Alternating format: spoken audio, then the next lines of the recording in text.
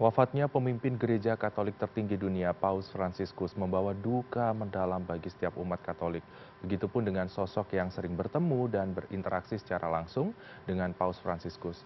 Kita sudah tergabung melalui sambungan Zoom bersama dengan AM Putut Prabantoro, pendiri, penasehat, paguyuban wartawan Katolik Indonesia atau PKWI, yang sekaligus kenal dekat dengan sosok Paus Fransiskus karena berulang kali mendapatkan kesempatan bertemu dengan Paus. Halo, selamat siang Pak Putut. Pak Putut, terima kasih atas waktu Anda bersama kami di CNN Indonesia News Hour. Terima kasih Mas Rezi. Ya Pak Terima Putut, kasih. kami sebelumnya mengucapkan turut berduka cita atas wafatnya Paus Fransiskus.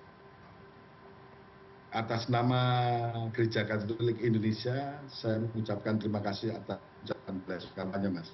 Baik, Pak Putut, bisa Anda ceritakan bagaimana pengalaman Anda dapat berulang kali bertemu dengan sosok Paus Fransiskus dan kapan saja Anda mendapatkan kesempatan itu, Pak Putut? Eh, ya mungkin ini perjalanan hidup seseorang ya. Saya juga tidak tahu. Pertama kali menginjakkan Vatikan itu tahun 2009. Mhm. Saya katakan bahwa ini rumah kedua saya. Saya tidak pernah menyangka bahwa pada suatu saat saya akan bertemu dengan Paus dan itu diikuti dengan beberapa kali pertemuan dan itu ada di Vatikan semua. Mhm. Pertemuan pertama kali ketika saya diundang oleh Vatikan untuk menghadiri konferensi perdamaian dalam rangka memperingati 50 tahun Nostra Aetate. Mhm.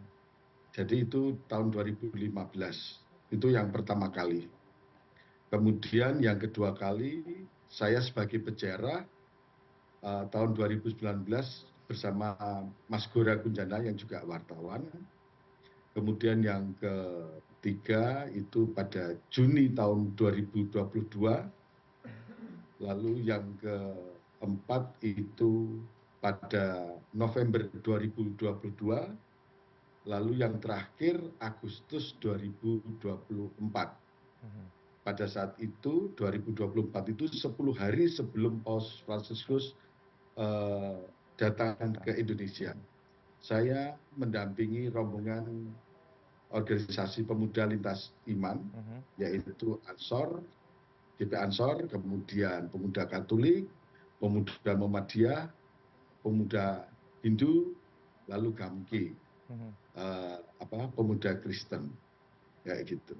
Ya, berulang kali, kurang lebih adalah 5 kali ya Pak Putut Iya, bertemu, setelah itu juga tapi berinteraksi. sebelumnya Mas, Mhm. 2000, 2011 itu, Mhm. 2009 saya menginjakkan kaki pertama, 2011 itu saya sudah diminta jadi ketua delegasi Mhm. pengurus pusat PPHMI ke Mhm. Vatikan itu 2011 bulan November itu bersama dua wartawan Katolik Ya. yaitu Mas Dok Ambarita dan juga Mas Wahyu dari Kompas kayak Mhm. gitu. Itu 2011. Nah, setelah itu jalan lagi kayak itu. Iya. Berarti cukup panjang ya perjalanan untuk bertemu, setelah itu juga berinteraksi secara langsung dengan sosok Paus Fransiskus.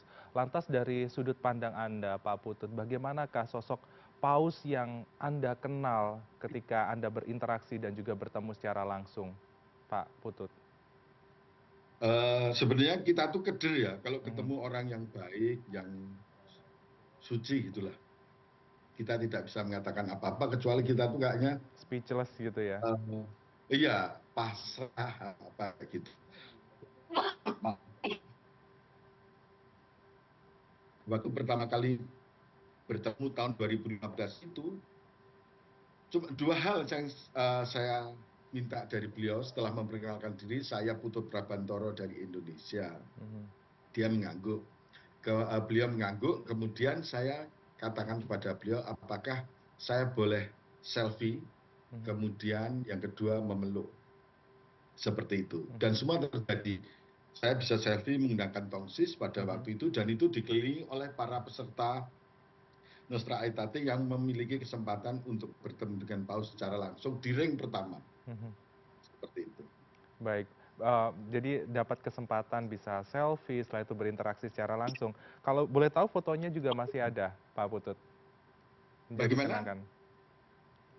Untuk foto selfie berada di ring 1 itu juga masih ada tersimpan dengan baik, Pak Oh, Putut. masih ada, masih ada. Tentunya ini Eh, menjadi kenangan yang berkesan. Selain bisa selfie, setelah itu berinteraksi secara langsung di ring pertama.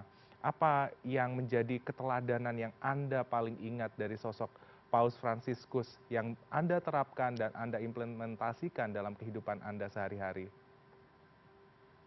hubungan lintas agama. Mhm. Hubungan lintas agama itu merupakan eh, misi dari Paus Fransiskus, sorry, yang kemudian saya lihat bahwa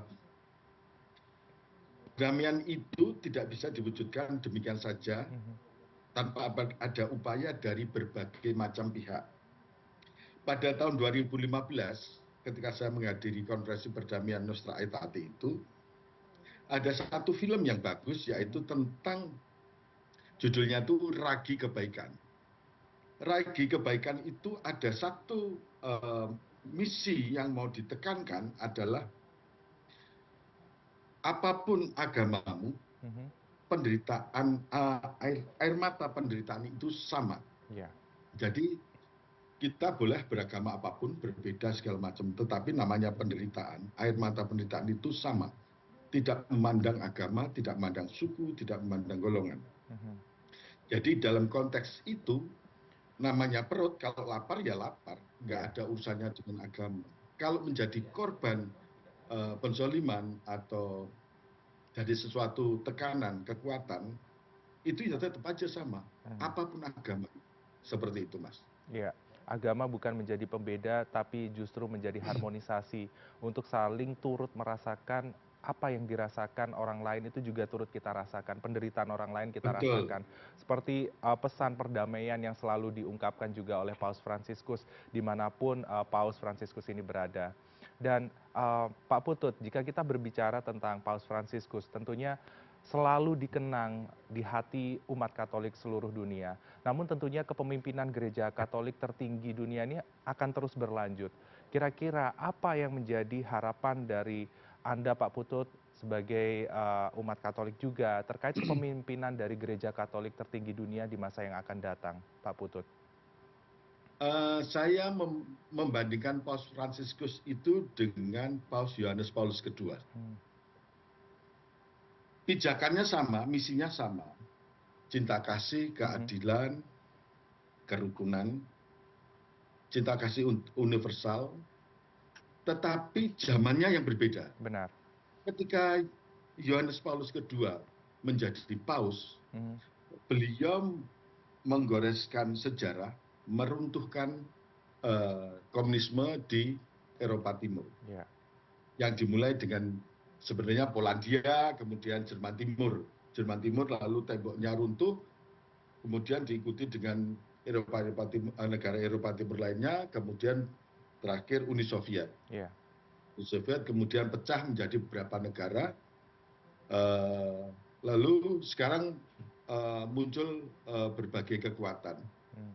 Jadi perang dingin, hancurnya komunis itu adalah background dari Paus Yohanes Paulus II. Mhm.